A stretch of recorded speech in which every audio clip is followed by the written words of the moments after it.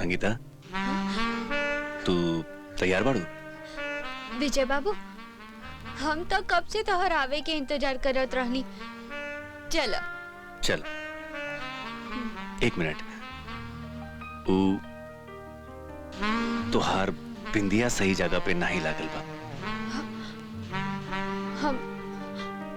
हम का करी, हम देख ना सकेनी ना, ओही से। आप ठीक कर दी प्लीज। हाँ? का भाई ठीक कर दी ना।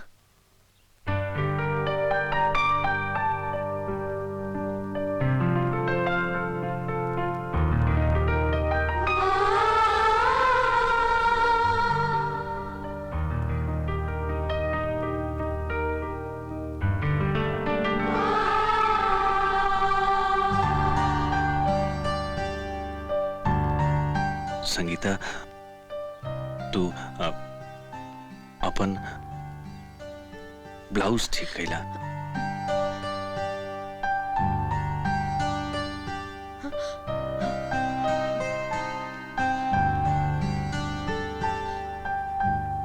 चला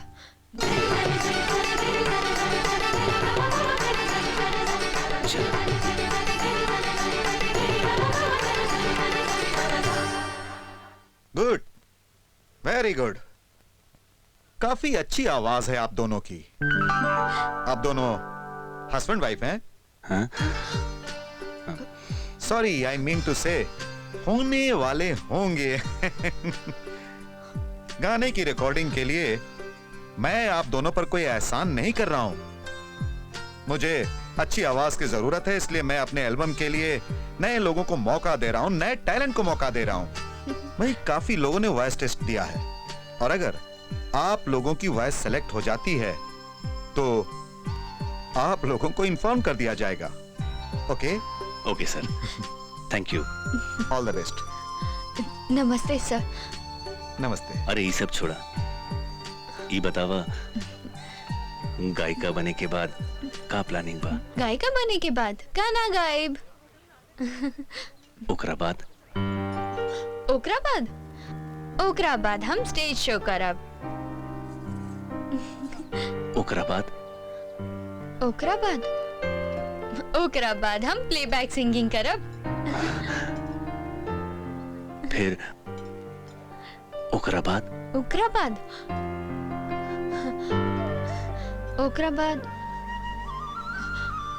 ओकरा बाद हम सोचतानी विजय बाबू के दिन बर दिन हमरो बोझ आपके ऊपर बढ़ते ही जा रहल बा। संगीता, तोके पता नहीं है कि कुछ बोझ उठावे से दिल के बोझ कम हो जाला। देखित तो के देखते रहित इतना सिंगार सजैती।